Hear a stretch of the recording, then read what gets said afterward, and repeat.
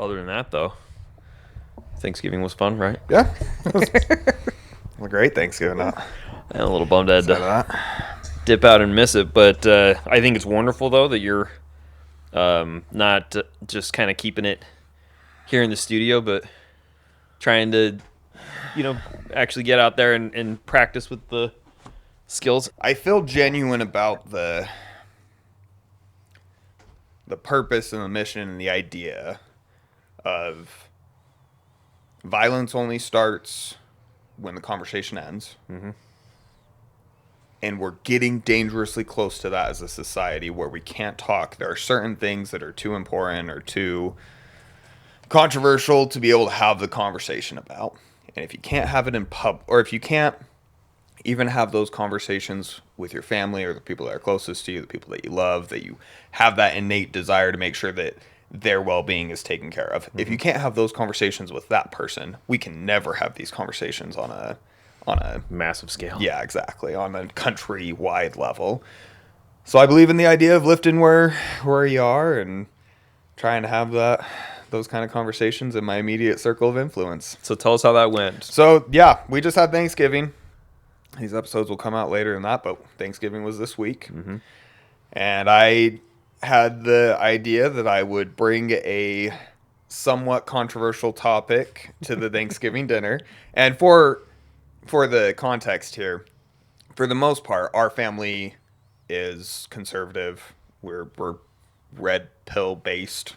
Is that what they call it? I'm not sure what the I don't know what the nowadays, lingos are. We've always been a conservative family surrounded by, I would say, more liberal family. That's actually a really good point. A good chunk of our extended family is very liberal, but our little unit, yes, I would say, is very much more red than blue. Our immediate unit was red growing up. Mm-hmm. And then some of us have married outside of that traditional. I would say all but one sister did. Yeah. So as far as like our family or our Thanksgiving family dinner, it's majorly conservative, mm-hmm, with a few, I don't want to use the word extreme. Extreme's the wrong word. But there's a couple of our spouses who are very strongly the opposite, mm-hmm, side of it. And one of those people is my wife. The other one is our sister's husband. Mm-hmm. And so I love, in the context of what we're doing on this podcast, I love having the conversations where there are two very opposing views and ideas that are being talked about, because it does no good to me personally to talk about to somebody else who agrees the exact same way that I do, and for me to just say whatever it is and them go, yeah, you're 100% right on all those. Like, I can have those conversations, but they aren't very not engaging or not engaging. Stimulating. There's just not a whole lot to be gained from those conversations. Agreed. So I love the ones where it's a little bit more controversial, I guess. Anyway, so I, in the spirit of, if I truly believe in this message that we should be having these conversations, I brought one of them to the Thanksgiving dinner table, and it was more or less the prompt of, are some ideas so bad that we can't discuss them? Are there some ideas that the best solution for it is to try and ignore it? And that ended up becoming more controversial than I thought it was. We got a little bit more heated at the table, which my mom hates. She's a peacemaker through and through, and so any kind of conversation that gets a little too intense, she doesn't love it. But I really loved it, because by the end of it, there was a moment of crescendo, and there was a moment where it got a little bit heated, but we ended so much better, and it ended in a place where it was like, hey, we want to have these conversations. We don't want anybody to feel like their voice is getting left out, or another part of the conversation that came up that I think was great that we talked about was the feeling some members felt like if they had a certain idea, not only that somebody else disagreed with them, but that the other person thought that they were stupid for holding the idea. Mm-hmm. And it's like, hey, we got to get rid of that. Like, yeah. I got to be able to disagree with you and say, hey, at the end of the day, I've heard what you have to say. I don't agree with it, but that doesn't mean that I think you're an idiot or you're stupid or you're wrong, or even worse, I think you're evil, right, for holding the view that you have. I think that you're a wicked person for the ideas that you're espousing. I think that's really sad and dangerous. And obviously, I think there are some ideas that are evil. I believe in a dichotomy where there is good and evil, and so if there is good ideas, there has to be evil ideas. But it's really scary when we assign that label to the person with the idea, because I think there's a lot of people that have really bad ideas, and it's not because they're wicked or evil or anything. I think they just have the wrong idea. You know what I mean? So. Yeah, that's how our Thanksgiving went. It kind of got intense, but I think we had really great conversation. I think we've laid groundwork to be able to have more of those conversations in the future, which I love. So, yeah, if you guys haven't tried ruining your Thanksgiving dinner yet, please start. Just take a lesson out of his book. Please start throwing out some fireballs. Start fights at Thanksgiving. Light the fuse and see who picks it up. I'm sorry I missed it. It did sound like a very interesting conversation. It took up a good couple hours of the night, I think. And I gotta be honest, I was wondering what was taking so long, because my kids were supposed to be brought back to me, and it was getting like 8:30 at night. Oh yeah, we just had them go downstairs, like go play, and then you guys hashed it out upstairs. Yeah, we just kept going. But like, that is cool. I feel like that is, because you said that at the end of it ended on a fairly positive note, right? I think it did. Like, nobody walked away thinking like, oh, I can't come back for Christmas now. Well, yeah, no, exactly. And what's funny, I mean, obviously everybody's family has their own unique dynamics and all those things, but like in ours, like that, it was kind of a eggshell that all of us were scared to walk on, because it's like there was a big enough divide politically or in that area with our family where we kind of idealistically that we had kind of adopted the policy of there's just some conversations we're not going to have as a family. We can't touch certain subjects because it's just going to get too heated and too confrontational, and it's like I think that's just the wrong solution. I agree it was a problem, because it caused, there were points where relationships inside of the family were getting hurt and there was problems with it, so there was a real problem. I just disagreed with the solution, the antidote to it, because I don't think that it gets better by not talking about it, because there was always still that little bit of, I don't want to use the word tension. That's not the right word for it. But there was kind of just that thought of like, oh, we can't have this conversation with so-and-so because it's just not going to work out. Or we can't talk about this with that person because it just won't work out. And it's like, nah, it's just, we got to learn how to talk. Yeah. If we're having these conversations and they're ending poorly, the answer isn't to stop having the conversations. The answer is to get better at having the conversations. If I'm part of the problem, then I need to look into it and see what I'm doing to add to the problem, and I can adjust that. If you're part of the problem, I'd hope you would take the time to be introspective and figure out what you need to change so that we can have the conversations. But that is the answer, is to have the conversations. I love that. Yeah. And it does require a certain level of commitment's the wrong word, but there's got to be a certain buy-in from all the parties of, hey, I'm totally down to have these conversations. That may come at a cost where I may need to question some of my beliefs. Like if I'm willing to start from the premise that you're a good person who cares about me. I think you're good internally. Obviously, like, you have your own ideas and your own opinions, and they may differ from mine, but at your core, I believe you're a good person. If you're able to hold on to a viewpoint that I strongly disagree with, but I still think you're a good person and I still love you, that creates a little bit of a, not a problem, but that creates a something that I need to now grapple with of, how can this person who I care about hold this viewpoint? There's got to be something there. Like, if I'm willing to give him the benefit of the doubt that he's not just pure evil and looking for pure evil stuff, that means that it's kind of like if somebody's willing to vouch for an argument. If you don't trust that person, their vouching for the argument means nothing to you. But if you do trust that person and they're willing to say, hey, there is something here, this is how I believe, this is my personal belief, that's giving some vouch there, or that's giving some clout to that argument. Yeah. I may have to grapple. That argument might not be as black, white, wrong as I thought it was. There may be something there that I'm just blind to. No, 100%. And I think that's why it's so easy for us to want to just throw out a label on the other person, because the second that them as quick as possible. It totally negates the argument. I no longer have to contend with the argument if I just say you're a bad person. If I say if you're a bad person, then your ideas are bad. I don't have to even mess with your ideas, because I've already said you're a bad person, and if you're a bad person, your ideas are going to be bad. Fruit of the poisonous tree. Exactly. No, 100%. It's so easy for all of us to do it on whatever camp we're in, whatever tribe we're in. It's so natural to just want to do the label on the person rather than the idea. And that's, yeah, I agree with you 100%. I think we'd be so much better served by giving that good faith assumption to just everyone, at least in this context of when we're engaging in ideas.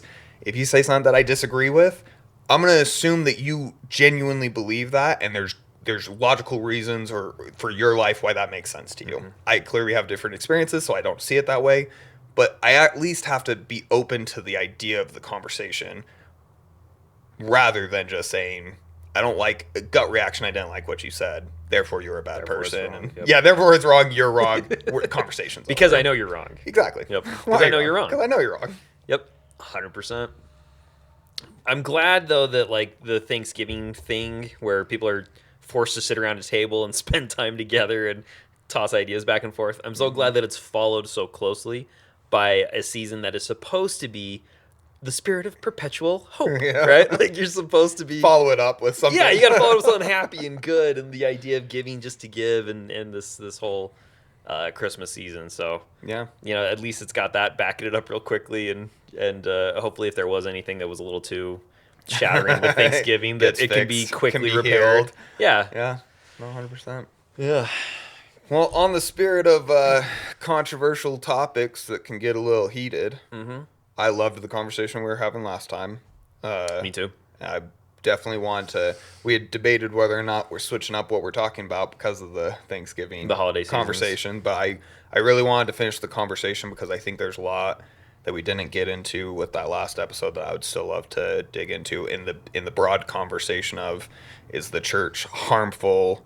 Does the church do more harm than good? And when we're just speaking about the church, we're talking about the Church of Jesus Christ of Latter-day Saints. And I'm totally down to have that conversation. Before we get kicked off on that, can I bring up something that while I was re-listening to our conversation, something that had struck me that hadn't in the moment, but since then I've been thinking about this idea, and obviously for anybody who hasn't watched the previous episode, a majority of the conversation kind of orbited around the idea that closed canon versus open canon does have some pretty big foundational differences to it, and in practicality it ends up with the Protestant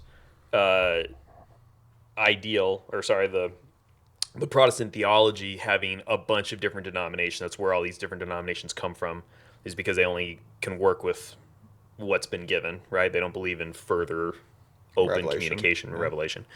But the part of the conversation that stuck out to me was, I think you made a really profound point where you were saying, okay, they don't believe in open revelation, but they're going to seek it the exact same way, or assuming, giving everybody the benefit of the doubt, anybody truly seeking to find God is probably going to do it under a very similar set of directions. They're going to spend time in the Word of God. They're going to read the Scriptures, whatever Scriptures they find holy. At least when we're speaking about Christians. Christian. We'll stick within the Christian community. You're going to spend time in whatever you consider to be the canonized canon, Word of God. You're going to spend time praying. Depending on the denomination you belong to, you may even incorporate fasting into your practice. Because I know Catholics fast, do they not? I thought so. Yeah. So you're gonna spend time in the Word. You're gonna pray. Spend time in meditation. You may fast from food, but we've all got very similar directions, ingredients for this recipe, right? Yeah. But isn't that wild to me? I was thinking how it was wild. How, they do very similar things to what people in the restored gospel do. They just aren't. They've been conditioned or taught, or whatever the word is, they've been brought up with the understanding that you can do all of these things and you can get small personal communication from God. But it makes no sense that would happen at a higher level, systemic level. Yeah, they believe in it on a personal level, and they'll even do the exact same steps to get there. But they deny the ability for it to take place at a systemic level, which is what we were getting through in that conversation of, how do you think the Pope does it? How do you think the brethren, the 12 apostles of the Church of Jesus Christ do it? And I think they do it I think we're all doing the same stuff. And I guess that was my whole thought with it, is I think it really is, at the end of the day, I think it is just we're talking past each other because of semantics. So But in the it is sense of, such an important, but it and lends maybe, up in such a big thing, and that was what I yeah, was saying was, yeah, wow, we spent an entire hour going to how big of a thing that plays out in the real world. Like, yeah, yes, it is a small difference. It is semantics. I agree with you, and I don't want to talk past each other here. I want to say I agree 100% with you. Kind of won me over in your argument of they're doing the same stuff. They believe in the same thing, and it was like, okay, they do, but for whatever reason, they the deny the difference in power the of ideology the difference in that allows, teaching, the difference in that teaching winds up in complete. It's like that little the Gordon B. Hinckley told the story about a train going down the railroad tracks and some dude pushed a switch.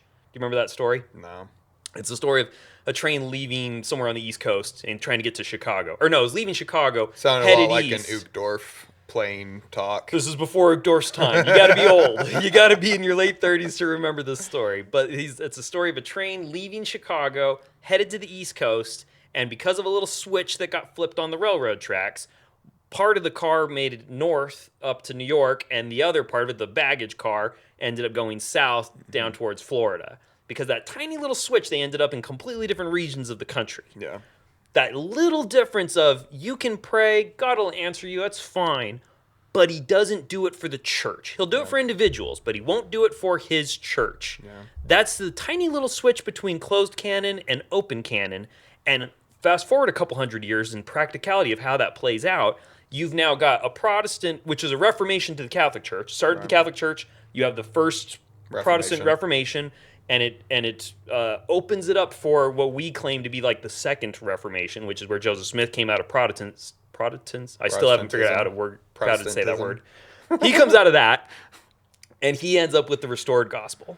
Right. So obviously, it took several paths or several turns to get to where it is. But that belief in open canon separates us wildly from people who are doing the same stuff that we do. They believe in spending time in the scriptures and praying and fasting and listening for a response. Yeah. But because of that little difference in theology, we end up in wildly different parts of the country when I think we do come from a very similar place. Like you said, like we're trying to find God in very similar ways. Yeah. But that little shift in beliefs, what you're willing to accept and what you don't accept, lands you in a completely different place. Well, and I think that's the thing that I would still love to get clarification on from anybody who's a practicing Catholic member, and we probably should talk to some of our family members about it. But just because, in the sense of, again, I think that everybody believes in that process that we're talking about of God will communicate with you or has the ability to communicate with you, and this is the process you need to go through to receive that communication. I think Catholics believe in that concept. And if they believe in it for themselves, then I'm assuming that they believe in it for the Pope to be able to do those things. If they do believe that, if up to that point we're on the same page, does it not stand to reason that the Pope could search the scriptures, pray about something, and receive communication that something the Catholic Church has been doing forever was wrong and needs to be adjusted and needs to go a different route? My understanding, and again, this is coming as a person who's never practiced Catholicism a day in his life, so take it for what you will, but that just makes so much sense to me. I don't think that that's off the table for the Catholic Church. Now, again, for anybody who's practicing, But you're doing that from a and I am 100% doing that LDS from an perspective LDS where perspective. that is fully acceptable. 100%. And this is where I want to be clarified. If I am wrong, I want to know that I'm wrong. Right. Please correct me on this, because if that is a possibility in the theology of Catholicism, and it just in practice hasn't really happened, then I see them very similar to the church. They were going to Very call similar it, to the church. Well, in the same way of the Pope and the prophet has the ability, open canon, open scripture. He could come with a revelation of a new book that says, hey, the church has been balancing and performing in this way. We are now totally changing it. It's now going this way. That's totally on the table in a Mormon theology. But it never in practice has happened. Can you think of anything past Joseph Smith that made a real change doctrinally for the church? Well, and here's where I'm not trying to say that question on its face is wrong. I'm not trying to like limit the questions you can ask. There are no wrong questions. There are no wrong questions, but I think a better question Yeah. would be to think of it not so much that like somebody comes out with something that wildly changes the doctrine of the church, being like, hey, we were going right, now we're going to go left. Yeah. I think there have been plenty of instances where they've come out and said, we were going a little too far right. And there's just course corrections. We're just a little course correction. There have been examples of those. And most of them have come, if you're asking for a specific, like, can we refer back to this quote or this announcement or this PR whatever on this day, if you're looking for something hard like that, I think most of those are going to come as policy changes. Yeah. They're going to be much smaller. Right. If we're talking about core doctrine, and that's a big topic there, but if we're talking about core doctrine, very few of that I think has changed, and that's not necessarily a mark against them from having open communication. I'm not saying they can't. It's just I'm saying in practicality, right. What have we seen? So Right. then my question is, you would agree that what we've seen has been small course correction, not really to doctrinal stuff. It's been more so about policy and about how you would agree with that. That Absolutely, statement you would agree with. Okay, Absolutely, cool. I would. Do you think that is comparable in reality to and again, this is coming from somebody who has not studied the Catholic Church or where it kind of shifts and moves and ebbs and flows. But from my understanding, pope to pope is very similar to our prophet to prophet. One pope will be in power and he'll focus on this or something. It won't really change doctrinally what Catholics are doing day to day, but it's enough to where Catholics are talking about and they go, oh, do you think it's cool that the pope is doing blank, or do you think it's not cool they're doing that? Are you asking if I see them on the same plane? Do you see those two, the entity of the Mormon Church and the entity of the Catholic Church, and them being led structurally? Do you think that they've had similar paths as far as major changes or slight course corrections? I think the Mormon Church, granted, is way younger than the Catholic Yeah, we're Church. talking So different obviously time frames. we're complete wildly different time frames. But I would say in a shorter amount of time, the restored gospel has gone through larger changes than the Catholic Church has. Yes. What are the larger changes? I mean, when it first started, and this is kind of getting into the belief that the restored gospel is a young boy in 1820 something. Yeah. Well, it depends on what time you're talking about, but yeah. A young First boy vision would be 1820s. Okay, a young boy somewhere between 1820 and 1840 throughout the course of those couple decades starts a religion that is incredibly similar to Catholicism in some ways, incredibly similar to that other word, Protestantism, in other ways, but different from both in some key things. Yep. He starts his own religion. Yeah. Over the course of the last 200 years, it's had some changes in, like, well, at first we didn't believe that, or at least we practiced, that blacks couldn't have the priesthood for an extended period of time. Would you consider that situation a policy or a doctrine? I've really I've really gone back and forth on that one, because at first I did think that it was a doctrinal thing. I thought it was, hey, we're pulling this from the Book of Mormon. This is where that's coming from. We're counting this as a doctrine. The more I've dug into that, it was never taught by anybody high up in the church that God's told me not give black people the priesthood. It's always been we are reading this in the book, and I'm interpreting this as we shouldn't give blacks a priesthood. There's never a statement from anybody high up saying, this one came from God. God told me to marry multiple people. Does Brigham Young not throw Find some me, words? find me the quote, and I'm happy to look into it. But hold on, so would you, with that caveat, would you accept if I did find prophets speaking absolutely a prophetic, I'd be 100% down to claim it as go doctrine, over that, to say it's doctrine if a prophet? Well, again, I want to read what it says. But let's say hypothetically that he says this is founded from God, this is based on my prophetic witness. Let me say it this way. Would you consider it as doctrine? Let me say it this way. I think there's lots of good evidence to say that the everlasting covenant, the new and everlasting covenant that includes plural marriage, is doctrinal. That's, again, you don't have Joseph Smith publicly preaching it, right? Publicly, no. Right. So that one misses out the public endorsement of the prophet, but there's written endorsement of the prophet, and it's in canonized scripture. So even though the prophet never came out and publicly said, God told me X, Y, and Z is doctrine, I think the other evidence is pretty strong to suggest that, to where I would count that as doctrine. Polygamy is I would count polygamy as doctrine, not policy, but doctrine. Yeah. The blacks not getting the priesthood, my understanding as of today, November or December, or whatever we're at, 2025. Not saying that December already, maybe, I don't know.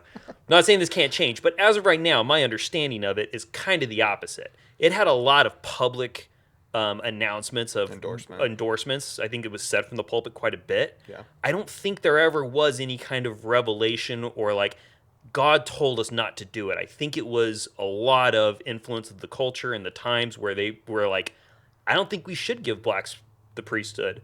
And there's these scriptures that kind of make it sound like we shouldn't. Yeah. And so people were kind of running with that, and like it was easier accepted at that time. Yeah. But I don't think there was anything really official saying, hey, yeah, God backs this up by saying blank, and here's the revelation, and we wrote it down. When you say official, you're meaning there's no, like, for example, a proclamation to the world about proclamation or section, or I don't think it's backed up in canon anywhere except for those verses, which even by today's standard are up for interpretation. They're not black and white. There's plenty of people nowadays who say it never should have been withheld. Yeah. That was a misinterpretation of those scriptures. But would you agree with every prophet up to the time that it was changed, which is Snow? Is Snow who changes it? Couldn't tell you. Yeah, I won't claim on that. Anyone up to that? Whoever change? It was, would you agree with the idea that anybody up to that point in change as a prophet did endorse it?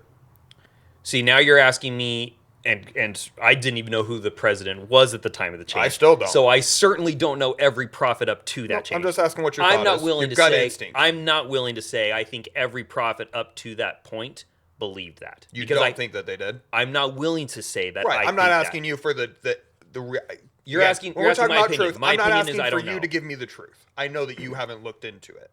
Gut reaction, because I have a gut reaction, and I could be wrong on it, but my gut reaction is you could find something from every single prophet up to the time that they change it that would endorse publicly as from their platform as a prophet, seer, and revelator that the blacks should not have the priesthood, and it would be backed doctrinally by the overarching Cain or curse of Cain theology. And for the record, you haven't gone through and looked up something from every president. So I could be totally That's just wrong. Your gut reaction. 100%. Here's my gut reaction. I'll give you mine. If I was right, let's just go down these I'd say, hypotheticals. okay, that's very interesting. If I was right, do you not think that would constitute as a doctrinal belief at the time? At the time, we're going to say, because obviously I agree with you. I'm of the opinion that doctrine inside of the LDS Church has, and does change. Okay. That's my claim. I could be right or wrong on it, but that's how you perceive from my perceptions of the church and church history, I think that's a reasonable claim to make. Okay. I think that this would be a good example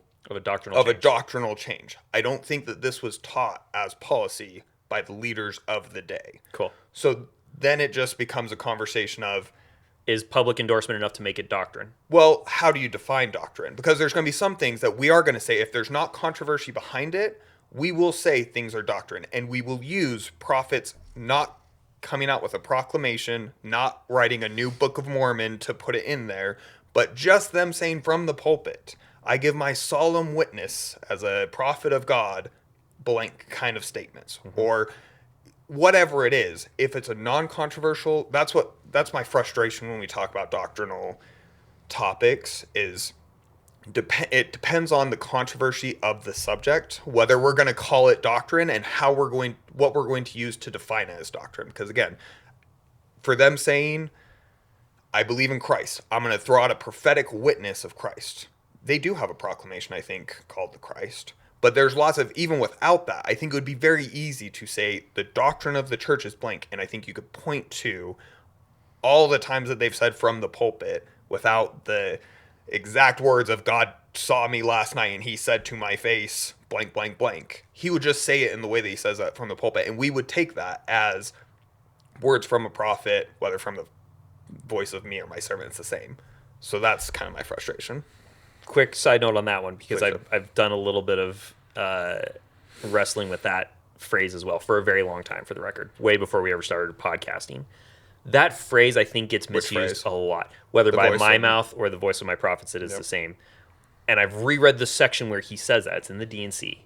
What it is God saying, what I, the Lord, have said, and I excuse not. Yeah. It will come to pass, whether by my voice or the voice of my prophets, or my servants. It is the same. So I think people take that last little section of that whole spill that God is giving. They take that last statement right there and they say, God said, whether by my voice or the voice of my prophets, it is the same. And they apply it to a lot of situations because it's a nice little sound clip. Yeah. It gets thrown in a lot of places where I don't think that's what God meant at all in that one. When you read that section, he's saying what I have said will come to pass, and I do not excuse myself. It may not sit well with you, and you may not believe it's going to happen, but the moment I say it happens, It's done. It's done. Yeah. There will be no going back. Whether it happens because of my voice from God on high shaking the earth to cause it to happen, or somebody down here causing it to happen, that was me. And I think that's the phrase he's saying. So, tiny little side note. Yeah. But I think that phrase gets misused a lot. And it could be. And I guess my pushback would be if it is being misused or if that sentiment is being put out there wrongly, I think it's largely because that is the push of the church. It's kind of another really good, this is getting a little bit side notey too, but it's when we talk about, can a prophet lead the church astray? That's a phrase that anybody who's been raised Mormon, you've heard that. Whether you believe that or not, you've heard that comment. You've heard it come. I always assumed it was from Joseph Smith. I thought it was his thing. I think as we looked into it, it's not. Yeah, where did we find it? Was it just a random? It's somebody later on. But it's a prophet. It is a prophet who later on. Yeah, perfect. For the record, not a prophet at the time that he said it. Oh, interesting. Yeah, okay. He later on becomes the prophet. Okay. But while he's still an apostle, he said it. He says that as an apostle, not as a prophet. Okay, Yes. perfect. And we have not denounced that. Right. I get well, and we won't. And the reason not. that we won't is because, I mean, again, this is Nelson right before he dies that's kind of reiterating this concept to little children. We've had this conversation where it's like, that's a really misleading phrase. We really shouldn't take that phrase to heart because at the end of the day, we believe that prophets are human, humans are fallible. Right. Anybody that is human outside of Christ has the possibility of free agency. They can absolutely lead the church astray. They absolutely could say something that's from God and be wrong about it, right? Like we agree with that. Sure. But that sentiment of the prophet can't lead the church astray will never get denounced by the church because the church thrives on the ambiguity on that. We're taught that the prophets are fallible, but nobody really believes it. There's a fine balance of saying, no, prophets can be fallible. Okay, where? Where were they fallible? Well, not really anywhere. Well, you know what I mean? But let me just land in the plane real quick. Please. That's the kind of thing that you would give me pushback on when it's like, that's not taught from the church. The church isn't the one that's teaching you that prophets can't lead the church astray. And I go, yeah, they don't really like come out and say it the way they do. They just put Nelson in front of 12 little children and they go, can the prophet lead the church astray? And he goes, well, some have said if the prophet does lead the church astray, he'll be taken from the earth. And I don't want to. And I don't want to go from the earth. I don't want to go anywhere. So I'm going to do my best. And he says it in a jokingly small child way. But what is the sentiment that is? I will not do it. What will happen if he does? I'll die before I do. Perfect. Now, again, that's not him coming out and saying, some have said this, and I back that up with a proclamation from God. What was it? And be as charitable as you can. Pretend you're in my seat. What did he say? Defend what he said in as good a faith as you can. In as good a faith as you can, the Mormon prophets will not lead the church astray. What did he say to the kids? Or sorry, not the prophets will not lead the church astray. He will not lead the church astray. He said, I will not lead the church generous astray. Ways in the most generous way he said, others have said Mm-hmm. that a prophet would be taken from the earth before he led the earth astray. Yep. That doesn't sound good to me, so I'm going to do my best not to. Yep. That's what he said. Agreed. Is it lighthearted and joking? Sure. He's like, well, they said that I would die before I did it, and I don't want to die. Yep. So it's a joke, right? It's not, like you said, him coming out and going, boom, boom, boom, boom. Yep. It's his response to it. Mm-hmm. I'm totally down to say, well, that's kind of a lawyery way around answering the question. That's the only question. I'll grant that. I'll grant that. What that. is the sentiment you think he is trying to convey to these children? He doesn't want, well... What's the sentiment? Like, I would say the sentiment... easy. We should land here so easily. No, the sentiment is no, I won't lead you astray. But he never said I could. What's the implication? What's the implication? That By he making dies the before joke, he does it? By making the joke of, I want to stay here, so I won't lead the church astray. Uh-huh. What's the implication of He that dies joke? if he doesn't. Or he dies if he does wrong. Perfect. Right? So would you agree that the sentiment, whether jokingly or not, that he is trying to convey to children in the church is what? Would you That he say won't that it do is? it. Would That you, he'll die before he leads the church astray. Is that what you're trying to get at? I hate to put things into a dichotomy, but I'm gonna do it. We're gonna make you pick A or B. Do it, please, so Do that we you can think- move on here. Thank you. Do you think that sentiment is A, trying to endorse? There's two frameworks that we're going to endorse. Do you think it is more endorsing the framework of a prophet can and has the option to lead the church astray without being killed? Door B. Or two, that he will be killed by God before he leaves the church astray? Door B. Perfect. I think that is one of those situations that is a really good example of the church will say, we don't teach or we do teach blank or blank. But then in reality, they will endorse, they will implicate, they'll do these things that will endorse a certain framework of mind. Okay. Which leads an entire generation to go, I don't know, but I've been told, and I kind of hear the sentiment of the prophet will die before he leads us astray. Can't lead the church cool. astray. Okay. All right. I'm fine with that. Okay. Granted, the church is doing that.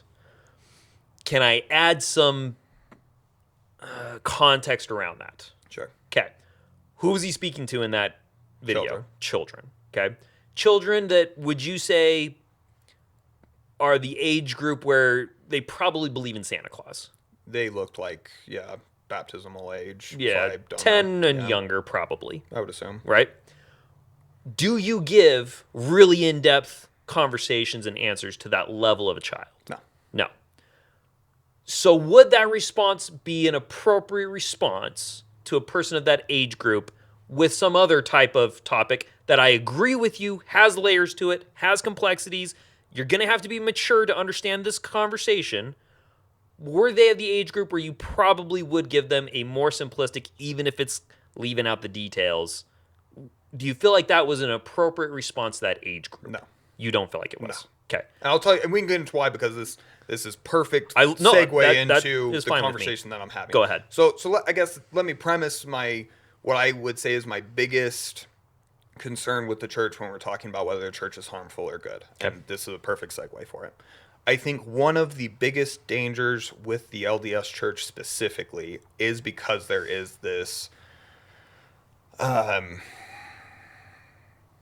is because of the specific claim of prophets speaking directly to the Lord. It's because of the weird ambiguity that we have between we're led by a living Christ, also mixed in with that we're humans and we can be fallible. Mm-hmm. When a random church leader is spouting something that is very clearly wrong in a normal church, and again, for anybody who's had this experience, I've only had this experience post being a LDS member, so it's unique. If you've had this experience just from the start, please reach out. But for the random church, if I go to a random non-denominational church and the pastor is up there, he's going to say a lot of things that if I'm Christian, I'm probably going to resonate with the majority of the things that he's saying. But there's going to be some things that he's probably going to spout that I might disagree with. And it will be very easy for me to go, he's right about these things, he's wrong about those ones. I can let go of anything that he says that's wrong because he has no authority. There's no reason that I have to put the voice in my head. There's no reason I have to ignore my inner conscience to follow this man because this man has no authority. There's no reason that I have to hitch my wagon to him. Does that make sense? I can take it's easy for you to take what you like. It's easy to take what you like and leave what you don't. Okay. I think the problem with the LDS structure right now is the idea. If he's speaking with authority, you can't do that. Yeah, they're kind of what we were talking about earlier with the schism, or with the witnesses of the Book of Mormon.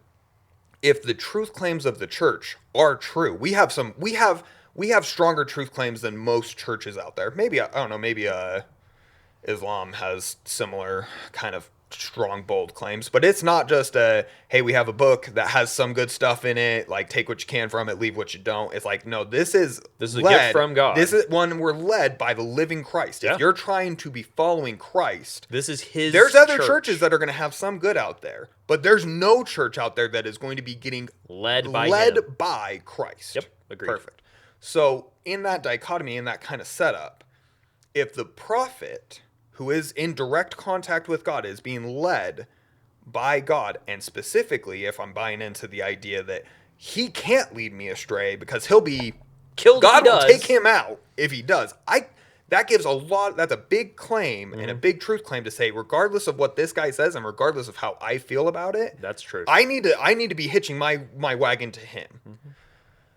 I think so. That's much the bigger- premise. It's a much bigger claim. It's a much bigger truth claim, Much and if bigger it's commitment. it's a much bigger commitment. And if it's all true, then great. If it doesn't matter what it's kind of, what's funny. I'm sorry. I digress. But I remember when I was a kid, we were left and we were babysat by our oldest sister. Oh boy. Our oldest sister was left in charge, and I was told by mom and dad, she's in charge. You do whatever she tells you to do. I'm obviously young at this time. I don't do whatever it is. I get into a huge fight. He's with always her. been stupid. She puts me in the corner and makes me stay there for so long. It was whatever it was. It was probably 10 minutes. But Probably I was at pissed. least 3 minutes. I'm mad. Mom and dad get home. And I tell them that she was a tyrant. She was a monster. You left a terrible person in charge. She told me to do this. I didn't do it because I didn't, whatever my excuse was. And their response was, it doesn't matter if she's right or wrong. She's in charge. You do what she says regardless if she's right or wrong. I bring that up in the sense of, if mom and dad are God in this scenario, then it doesn't matter if the prophet's leading me astray or not. I'm getting the commandment from God to just listen to him. My butt's being covered because the guy that's really in charge is telling me I need to follow this person. So I think I'm going to get some leeway if he tells me to go down the wrong path, but I was told to follow him regardless. So if it's all true, then I don't think there really is harm in it. But if they are fallible like we claim they are, Then that adds a whole layer of complexity to this. Exactly. I'm with you on that. So I think the danger is best illustrated by the conversation of polygamy. And I know that we probably will want to have a Completely different episode to tackle really that. dive into it too much. Sure. But I think the overall that I want to illustrate with that part of the conversation is when you look into the conversations and the journals of the people who were propositioned by Joseph Smith, obviously there's some who do accept it and their views on polygamy change, whatever over the course while they practice it. And again, if it's all true and they really were supposed to be practicing polygamy, then no harm, no foul. You had to go through some really rough years and you went through some weird times, but if it's what God really wanted you to do, then there really is no harm for it. You suffered a little bit, but that's life. If it's not, It was a gross oversimplification. sorry, it is. But And I get I you. don't mean to. For the sake of this conversation, There was real harm that was done, right or wrong. There was real damage done to real human beings. I do not mean to minimize that Right. at all. But at the end of the day, that's my dichotomy. If that's what it was That's called my for by dichotomy. When God, people, then it exactly. When people is go, what it is. there can't be a God because little kids get raped and murdered, and it's like that is horrible. I'm with you 100%. But if there Doesn't is mean a there God, is no it doesn't. God. Yeah, it doesn't mean there's not a purpose for it. So that's always my framework. Suffering sucks, but if it's worth it, if it's what I'm supposed to be doing, then who cares? It's such a small minute in life. I can accept it. There was a lot of damage done by polygamy. Right now it feels really gross to me. But if I get up to heaven and God was like, yeah, sorry, it really That was that required. really was required, and here's why, I can get over that. I don't, you know what I mean? Like I don't have a high horse bigger than God's, you know what I mean? I can accept it. If it's not from God, if A, the Mormon church just entirely isn't true, then all that suffering was for nothing. Agreed. B, if Joseph Smith really was supposed to do some parts of it, but was a fallen prophet and he went too far and went rogue and he did it, that suffering wasn't justified. You know what I mean? Sure. So I guess that's the illustration of what I think is uniquely harmful about that claim that the prophet when you have, it's twofold, and I'm sorry, I'm going to ramble a lot on this one because I was trying to just bring back of like, I'll probably this hold is off a good on getting too far into example it, but of the danger of claiming I am the prophet. This does come from God, and I can't lead you astray. Yep, exactly what you were talking about. And under the Protestant form, when somebody hears something that they know to be wrong, they can just go, well, this guy doesn't speak for God anyway. He's just interpreting what he's reading out of the scripture. I can start my own thing. I can get rid of the part that's wrong. I interpret it different. I'm going to go this way. Yep.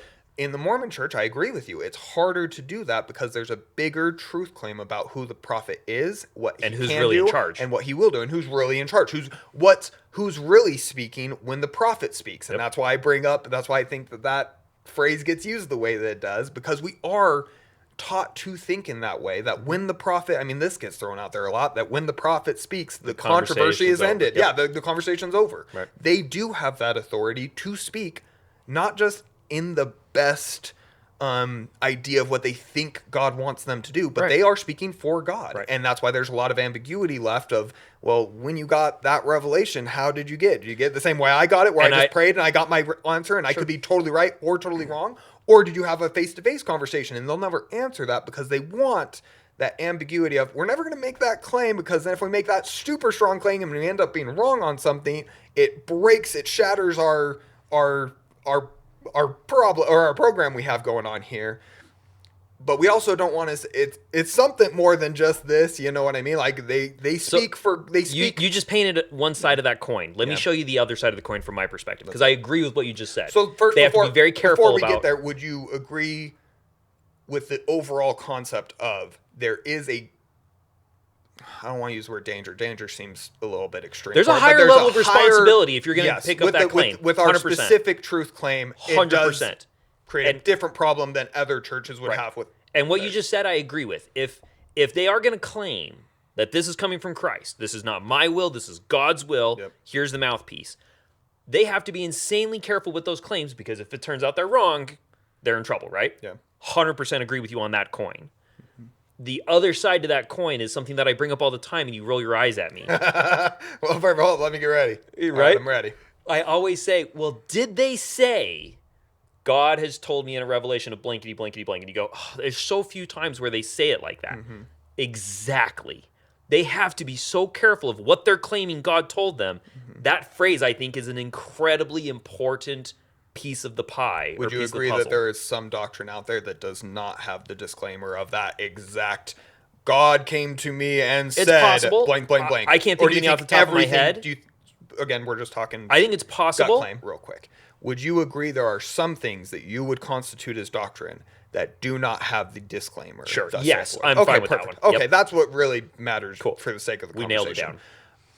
My frustration when we talk about the church in these kind of conversations is I think that there's a phrase that I heard and I'm not going to be able to remember it, but everything's a doctrine until it gets changed and then it becomes a policy. Something to that effect. Okay. There's a lot of things that today have been changed that anybody today would go, it was a policy. This was never doctrinal. Not sought, it was taught as doctrinal. Okay, fine. They could be wrong on what the doctrine was, but it was taught doctrinal. Fair enough. So it's a frustration for me as I'm looking back on all these things, and it's like somebody says the church's doctrinal claims have never changed, and you go, well, yeah, they changed here and here and here, and they'll go, no, those are all just policies. Okay. And you go, okay, they are now because they've been changed. They were not taught as policies and irrelevant. Like, hey, I'm throwing this out there. You don't really have to do it. It's a policy thing. It's not important to you. Obviously, that was not the way it was presented. Polygamy is a good example of that. The change on polygamy is people saying the doctrine has never changed. Polygamy is totally fine. The policy is what's changed on how we do it.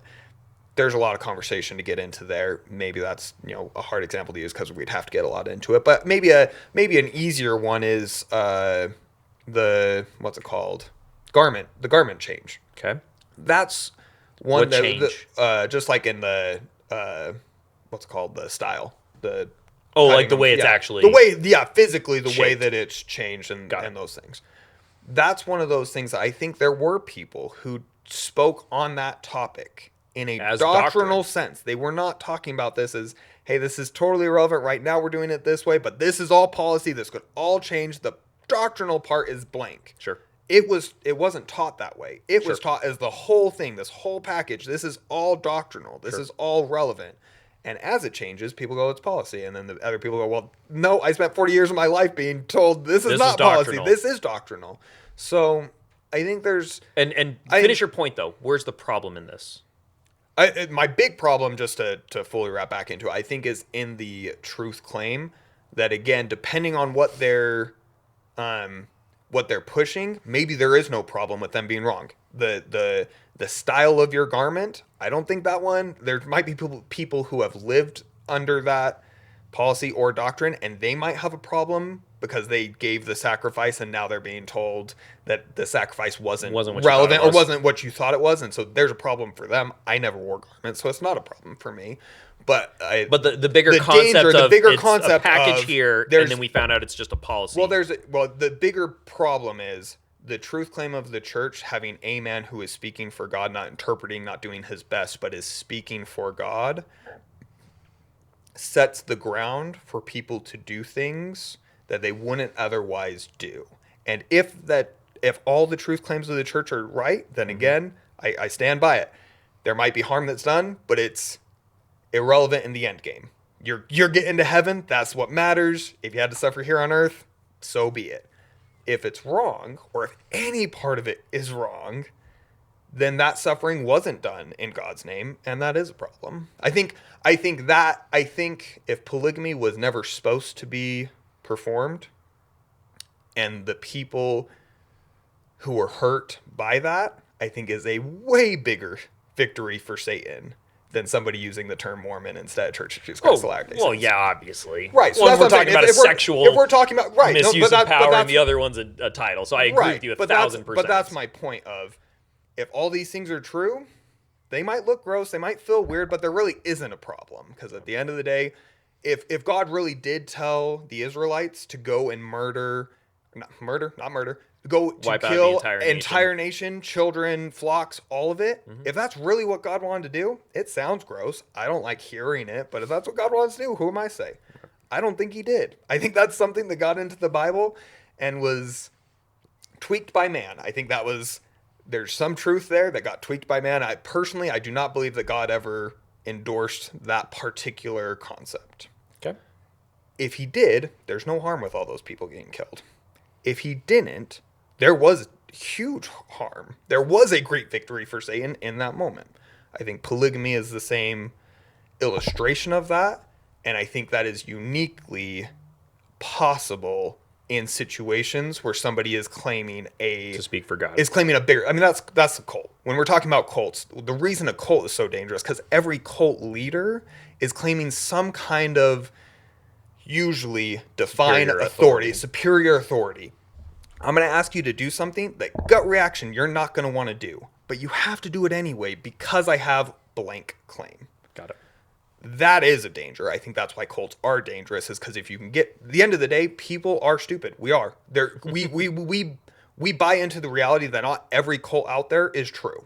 Even if there's just one cult out there that wasn't true, it's an example that some people can buy into something that is so blatantly stupid and wrong, and they can believe it with their full heart and mind, whether there's drugs that get introduced to it to help it, or whether it's solely just done off of an emotional connection. Either way, there are some people out there that can convince other people out there that they have a divine authority over them, and they can get them to do really horrific things. I agree with that. I think the LDS Church, because of the prophet claim, and because of the ambiguity that it promotes around that authority and the infallibility balance, I think that is a unique danger to the LDS Church. Probably is. I mean, it's the same concept of like a truly devout Catholic giving his entire blind devotion to the Pope, just ramped up because now we're talking about open communication to God, right? Yeah, but I think that one's harder. I'm But I fine think with that that. one's harder for the Catholic to do because the Catholic looks at the Pope as just a man. You know what I mean? The average Catholic, and again, please correct us for people that have this experience, but I think the That's why I'm average saying, Catholic, like a super devout. yeah, as I say, Catholic who's, like, exactly. blind No, but obedience. exactly. That's 100%. There's always this danger in any group. Anybody can be fanatic or extreme. What's Fanatic, the word? Gosh dang. Yeah. Fanatic. Whatever. That's a possibility anywhere. I think the Mormon Church has a bigger possibility for that problem because more people, more average middle ground people, are down to buy into the idea that the person that's leading them isn't just doing his best as a man, kind of guessing at what God wants, but like, no, that man knows God. He knows him in a way that I don't know him. He is communicating with him on a way that I'm not communicating with him. Okay. And I think that's where the Can I danger offer comes in. two quick, not rebuttals, but two things that came up while you were saying that? Yeah. The first one, and I think I may have may have had this conversation already, but I agree with what you're saying, and I'm pushing the conversation forward. Please do. Take what you just said of the average Mormon, the average citizen or member of the Church of Jesus Christ is going to put that extra layer of not glory, extra layer Difference. of authority Yeah. on the prophet because he is claiming to speak for God, right? And my perspective on the prophet growing up as a kid and being taught follow the prophet, right? And just How many times does it say that in that song? a billion times. It's got to be literally a billion. If the entire song, I mean, I guess that's a perfect example. Let me stay on Yeah, track, though. continue. As a child, very simple attitude towards the prophet, for sure. Yes. Very much so the idea of Santa Claus. Yes. Right? It's magic. Don't think about it too hard. Don't think. Yeah, exactly. He comes down accept he comes down the is chimney. perfect. He's gonna put Santa stuff down there. Claus. Just let him do it. He's gonna be perfect in every Right. way. It's Santa. Just follow him. Just go to sleep. If the strange man offers you candy, you take it because he's Santa. Yeah. Continue. I very much that attitude as a little kid. Yes. Then leaving the church, walking away in all practicality. Didn't pay tithing. Didn't listen to the prophets of General Completely Conference. walked away from the church. Didn't even go to church on Sunday. Completely out of it. Then coming back as an adult with no societal pressure, no pressure from my wife to come back to church and, oh, fine, I'll do this to make you happy. 100% of my own volition. Coming back and starting at ground zero and realizing what all these things are, especially now with my own experience to kind of gauge this on and like the extra context that I have in life. You know, we were talking before how like you think it's black and white, but then you realize there's so much overlap, so much gray area, so much all this extra layer to it, right? Mm-hmm. Coming back into the church and acquainting, Sure. getting reacquainted Yeah, with the concept of a prophet. Yeah. As an adult, wildly different. Yeah. The idea that he is a fallible man with an insanely difficult calling, very different from the Santa Claus picture that I had before. Right. The whole, whether it's my voice or the voice of my prophets, you start to get all these little tropes that we've thrown around about him when the prophet speaks, the conversation's over. Like that one, for example. I love that idea as a tiebreaker rule. Doesn't mean every time the prophet speaks, we all shut up and freeze like in The Grinch, what he says, where like the bell rings and all the Who's go, Yeah. 4 more hours till Christmas. We don't do that every time he speaks. And he speaks a lot nowadays. Yeah. He's constantly doing interviews and going around and meeting. Oh, yeah. They are full-time traveling, meeting with, what's his name? Just did a thing in India. The first counselor. What's his name? I don't know anymore. We're terrible members of the leadership. I know what the leadership was before they're the new moving presidency. a ton. They're all over the place doing meetings with people of other faiths and around the world and giving out all the stuff that the church is giving out right now. They're constantly in front of a camera. Got it. Just because he put out a new thing on social media or on YouTube or he was quoted by this newspaper outlet or any of those things, we don't freeze and what did he say? Whatever. Mm-hmm. It's when there's confrontation inside the church, when there are two different opposing ideas that are gaining traction and it's now brought up to the leadership, when he speaks the conversation, he's tiebreaker vote. That makes a ton of sense to me. I love the idea of somebody being involved who gets to tiebreaker that, especially if he has the mantle. Logistically, it makes sense. It does. 100% it makes sense. Absolutely. So I get that concept. There's all these other whether my voice or the voice of my prophets, there's plenty of things that I just didn't think too hard because it was Santa Claus. It just makes sense. Yeah. But as an adult, seeing those types of things makes a lot of sense to me, and I'm able to not swallow the whole package. You know, you're saying before, like it's a full package deal, just accept the whole thing. I don't have to anymore. I've gotten the tools now to where I can kind of chip away this big package that I started with. The amount of things that get chipped away down to that kernel of truth now hold a lot more weight because I'm not swallowing the whole package. I've gotten down to that little bit of truth. The part that matters. The part that matters. Yeah. In the same way where my oldest daughter, for example, has been asking all kinds of questions about Santa this year. Oh, nice. Oh, yeah. No, we're in that stage. The oldest one will soon have a very different perspective. She already does because I pretty much had to tell her, okay, what's the idea of Santa? Like, what is Santa? If we're not going to say he's some fat dude that lives at the top of the world. Somebody that gives out presents. It's someone who gives without any desire to get back. Uh-huh. Do you give presents to Santa? No. We leave him cookies. Yeah. But he comes and gives everyone a present with no recognition or wanting it back, no paybacks. Yeah, It's the idea of giving just to give. Yep. What does that represent to you? Yeah. To me, 1000%, it's the gift of Christ. He gave the atonement. all of us everything that we need and doesn't ask for anything other than our hearts back. Yeah. Right? That's the idea of Santa. That's the spirit of Santa. When I give you guys gifts and I put Santa on them, I put Santa's name on there so you don't know it's from me. I don't want you to go, oh, thanks, Dad. Here's all my appreciation. I just want you to have joy on your face. That's why I put Santa on there. You don't know who it's from, right? Like, that's the whole idea. Her getting to see that more mature version of Santa. Santa wasn't a lie. I just gave it to you in a way that you could understand as a little kid. Yeah. Now that you're mature enough to understand the bigger concept of the spirit of Santa, I'm going to explain it to you in a bigger, better way. And we're going to shave off a lot of layers here, and we're going to get down to that little kernel of truth, which was the idea of just giving without looking for reward or self-gratification. That takes guidance. That takes teaching them through it. That takes helping them connect the dots that they may or may not get on their own.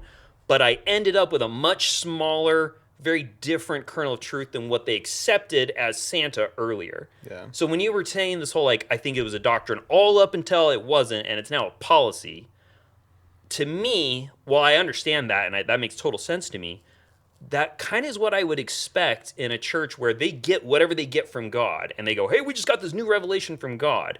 There's probably a couple of kernels of truth in there that came from God. But remember when we said how, everything we see is a perspective and everything we hear is an opinion? Yeah. The moment they receive it from God, they themselves, just by virtue of being a human, it. they're coloring it already. They're adding layers to it with their backgrounds and their perspectives and their biases and all the other stuff that they think they know.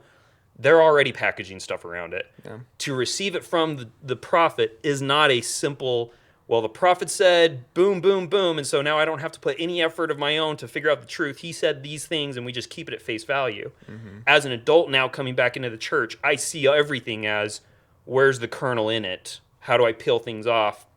And I spend the time to deep dive into it. It does require a much bigger commitment on my part. It requires way more time and way more effort on my part than just showing up to church on Sunday and somebody going, boom, boom, boom, boom. And Say I'm like, your Hail Marys I take the ones that I like and I get rid of the things I don't. And I go back to Monday as if it was any other day of the week. Like, no, this requires a huge commitment. Yeah. So I see what you are saying. I'm just seeing it from a slightly different angle. Yeah. And I'm not pushing back or saying that you're wrong.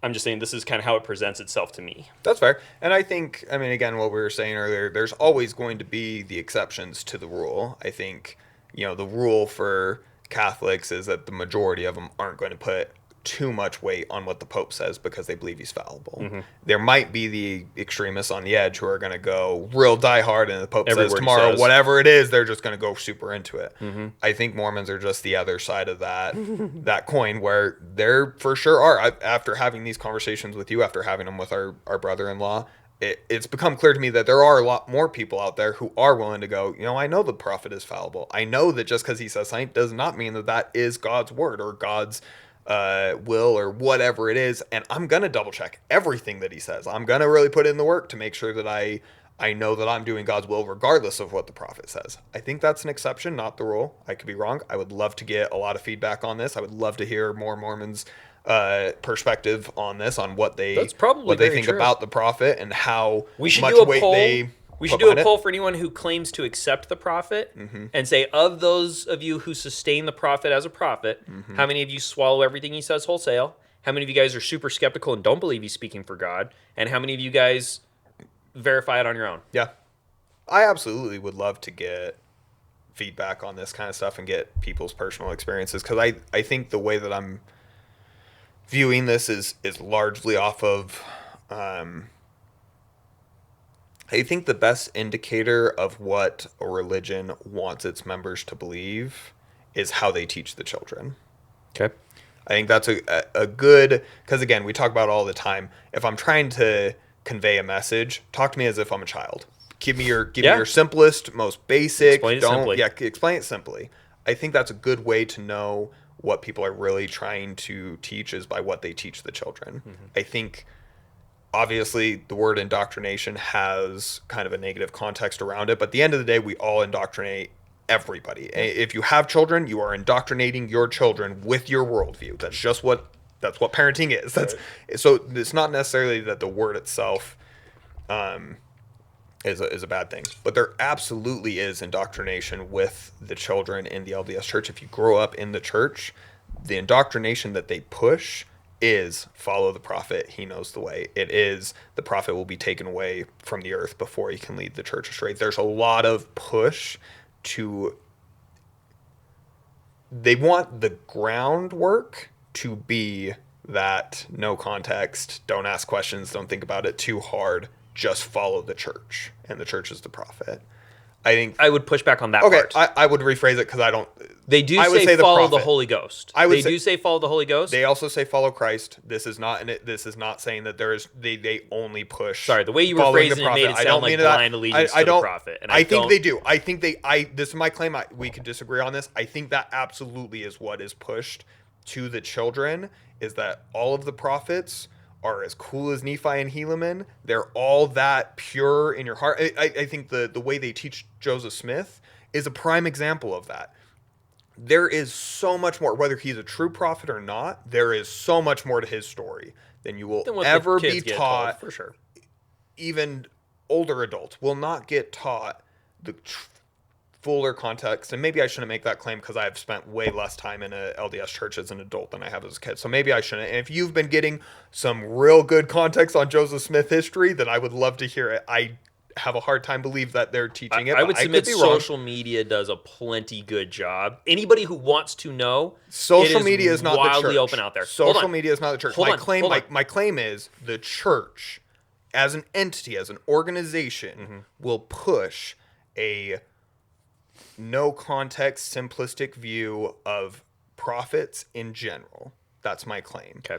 And I think it is for the purpose and the benefit of creating a mass majority of the rule. There will be exceptions, but the vast majority of the rule being allegiance and following the prophet, regardless of your personal preference or personal view. Okay. I would just very quickly submit that. Are we about to die? Yeah, we are, unfortunately. But they only teach that idea. I agree with what you said. Yes, they push heavy obedience to the prophet. They do that with the young children. Do they do that with the teenagers or the adults? Yeah, I did. I felt like I did. Okay, I would submit not. And the reason why I would submit not, and granted, this has changed since you've left the church. Yeah. We've gone down to 2 hours. The first hour is just sacrament meeting. The second hour is gospel doctrine. That's all they push or all they teach is In the gospel church. doctrine. They do not have this for teenagers and adults spend an hour going over the prophets. Yeah. If you want to deep dive those on your own, there's the Joseph Smith papers, there's lots of church endorsed content, and there is an endless sea of non-church endorsed content. So the information is there. It's not hidden behind anything, whether pro or against. It's free for anyone. Yep. When you say the church pushes, at this point, the church is only pushing what it considers to be gospel doctrine from scripture study. For anybody who's over the age of 10. I was about to say outside of The little We ones, agree that the children little ones still are get not the spending the indoctrination. time on church doctrine because they're under 10 Right. years old. Nope, that's- so that that's kind of fair. makes sense. Yeah. So I know we're wrapping down. I think the only other thing I really wanted to say, and it goes very hand in hand with my other comment that I've made before, so we don't really need to get into it, but I think hand in hand with the LDS Church having such a big truth claim, I think the other part that makes that so dangerous is I've seen, and this is 100% anecdotal evidence, it's just been from my experience and the people I've talked to and the people I grew up with. Of all the friends that I had growing up, I'm going to say at least 50. It's probably more than that, but 50% of them have walked away from the church. Okay. Vast majority of them who have walked away are now agnostic or atheist. Okay. Walked away from God. Walked away the not just from the denomination. church. Majority of them have walked away from God entirely. Yep. I think that is a more, and again, this is anecdotal. I have not dove into this to see how the numbers actually bear it out.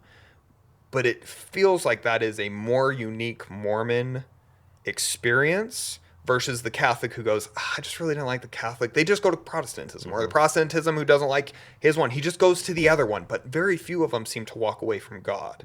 Whereas the vast majority, when you look at these ex-Mormon Reddit stuff, when you see the group that's talking about leaving Mormonism, they didn't leave it and go to become a Catholic. They didn't leave it. Christianity They at leave large. God entirely. Yep. And I We think can have an that entire episode on that one. I think we should, because I think that is, again, if we're talking about victories for Satan, that's as big as you could be. Not that you just went to another place that's also speaking about Christ, but they just walk away entirely.